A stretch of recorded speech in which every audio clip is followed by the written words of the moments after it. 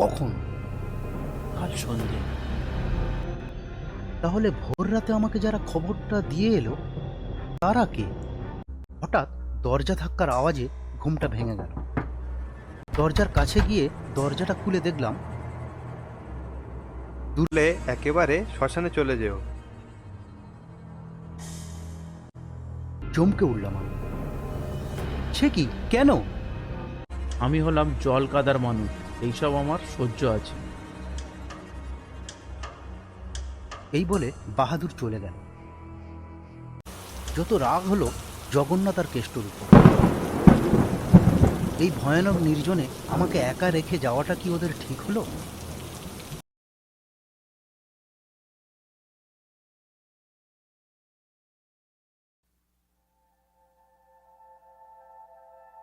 বেকারত্ব কাটিয়ে অবশেষে একটা চাকরি জোগাড় করে ফেললাম। চাকরিটা যদিও রেলের ছিল, কুলি খালাসির কাজের দেখাশোনা। সেই কাজের সূত্রে আজ এখানে আসা। জায়গাটা ছিল ডায়মন্ড হারবার।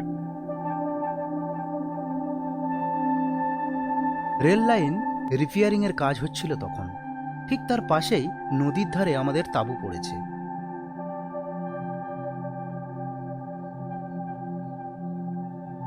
সারাদিন রোদে কাজ করতে করতে ক্লান্ত আসন্ন হয়ে পড়েছি। হঠাৎ বিকালে আকাশের দিকে তাকিয়ে দেখলাম ঘন কালো মেঘ জমেছে। আমার সাথে ছিল জগন্নাথ মাঝি। ওরে বাবা, এ যা মেঘ! বৃষ্টি হবে বলে মনে হচ্ছে। হোক না, হলে তো বাঁচি। সারাদিন যা গেল, একটু বৃষ্টি হলে তো স্বস্তি পাই।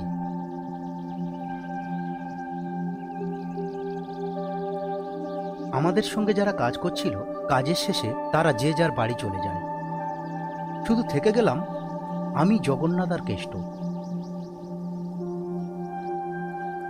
চল কেষ্ট, তাহলে আমরা বাজার করে আনি।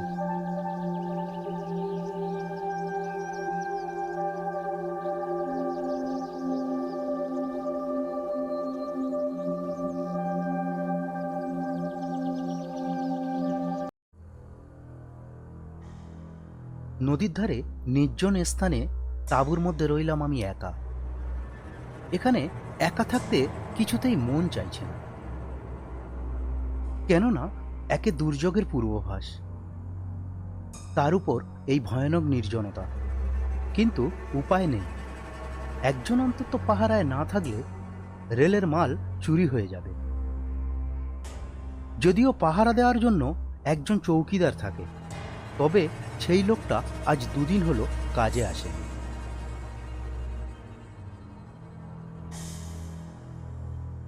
হঠাৎ আমার শরীরের উপর দিয়ে একটা ঠান্ডা স্রোত বয়ে গেল। বুঝলাম বৃষ্টি হচ্ছে কোথাও। চারিদিকে অন্ধকার করে এসেছে।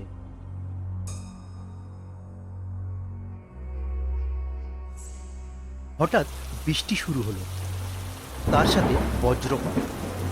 সত্যি বলতে কি, এই ভয়ানক নির্জনে আমার তখন একটু ভয় ভয় করতে লাগলো।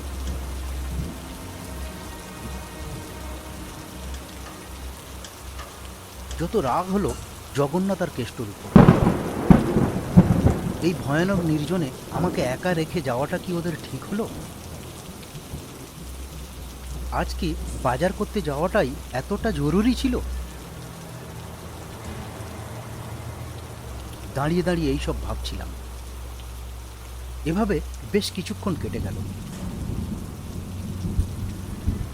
হঠাৎ তাঁবুর বাইরে থেকে একটা ডাক এলো। বাবু, বাইরে আসুন, জল থেমে গেছে।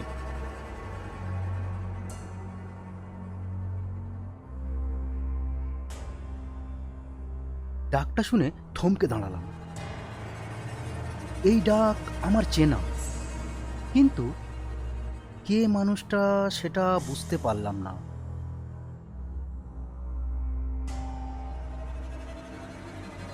তাঁবুর বাইরে বেরিয়ে দেখলাম বৃষ্টি থেমে গেছে তখন।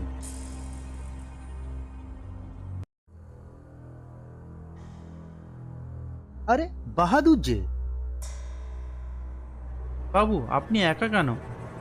শয়তান দুটো কই? ওরা তো বাজারে গেছে। বাজারে গিয়েছে না ছাই, নিশ্চয়ই ওরা নেশা করতে গিয়েছে।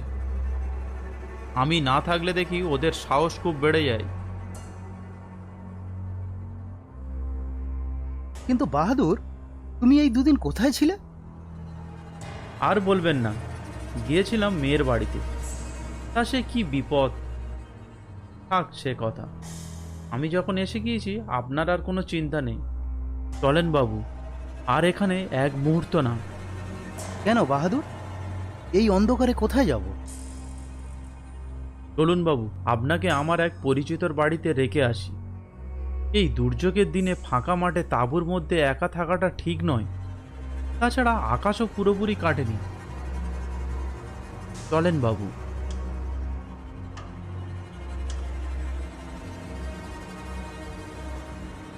এই বলে আমি আর বাহাদুর নদীর পাড় দিয়ে হাঁটতে হাঁটতে ফাঁকা মাঠের রাস্তা ধরলাম।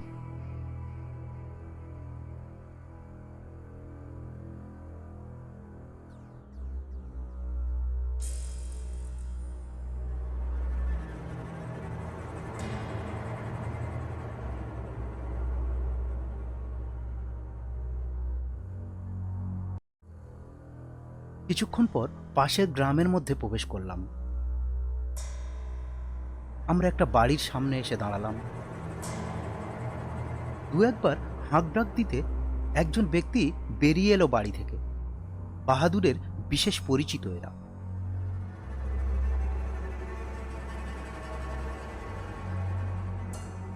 আজ রাতটুকার মতন এই ছেলেটাকে তোমার বাড়িতে একটু আশ্রয় দাও দেখিনি। ভদ্রলোকের ছেলে এই রকম ফাঁকা জায়গাতে এই দুর্যোগের রাতে থাকতে পারে কখনো?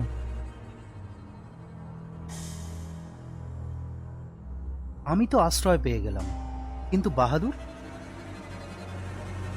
বাহাদুর তুমি থাকবে না? তুমি কোথায় যাবে? আমি চৌকিদার, এটাই তো আমার ডিউটি। একটু চোখের আড়াল হলে রেলের অত দামি দামি জিনিসপত্র একটাও অবশিষ্ট থাকবে না। সে তো বুঝলাম, কিন্তু এই দুর্যোগে তুমি থাকবে কি করে? আমি হলাম জল কাদার মানুষ, এইসব আমার সহ্য আছে। এই বলে বাহাদুর চলে গেল।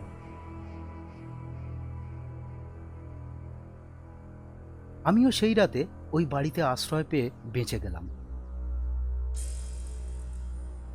বাহাদুর চলে যাওয়ার পর প্রবল বৃষ্টি শুরু হয়েছে, আর সাথে বজ্রপাত।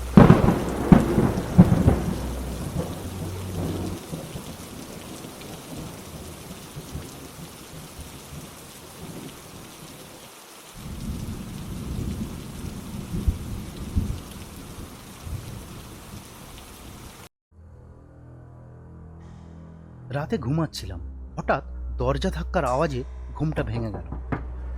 দরজার কাছে গিয়ে দরজাটা খুলে দেখলাম দুর্যোগ কাটলেও অন্ধকার এখনো ভালোভাবে কাটেনি। কিন্তু জগন্নাথের কেষ্ট এলো কোথা থেকে?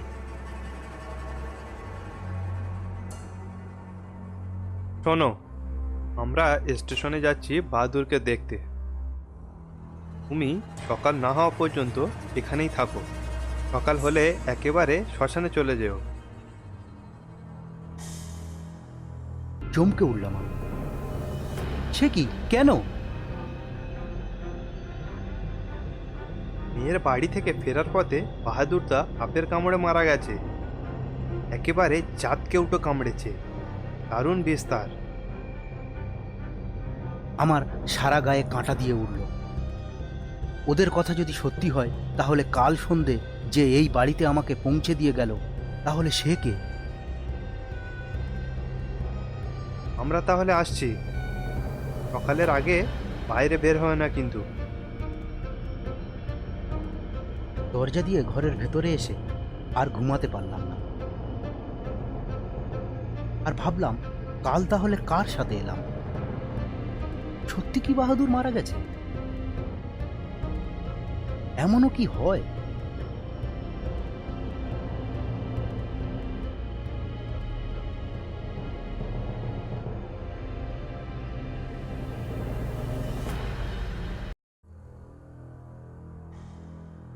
এভাবে বেশ কিছুক্ষণ যাওয়ার পর দিনের আলো দেখতেই আমি সেই বাড়ি থেকে বেরিয়ে পড়লাম কর্মস্থলে যাওয়ার উদ্দেশ্যে। হাঁটা শুরু করলাম।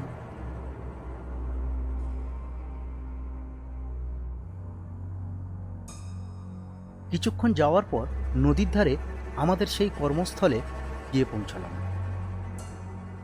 গিয়ে দেখলাম বাকি কুলি খালাসিরাও আছে। সবাই আমার দিকে অবাক দৃষ্টিতে তাকিয়ে থাকলো। তারপর তাদের মধ্যে থেকে একজন বলে উঠল, আমরা তোমার কথাই ভাবছিলাম। কাল রাতে কি দুর্যোগ না গেল, 3 সহকর্মীকে হারলাম। বাহাদুর দা তো মেয়ের বাড়ি থেকে ফেরার পথে সাপের কামড়ে মরল। জগন্নাথ আর কেষ্ট মারা গেল ফাঁকা মাঠের বজ্রপাতে। কখন? কাল সন্ধে। তাহলে ভোর রাতে আমাকে যারা খবরটা দিয়ে এলো তারা কে?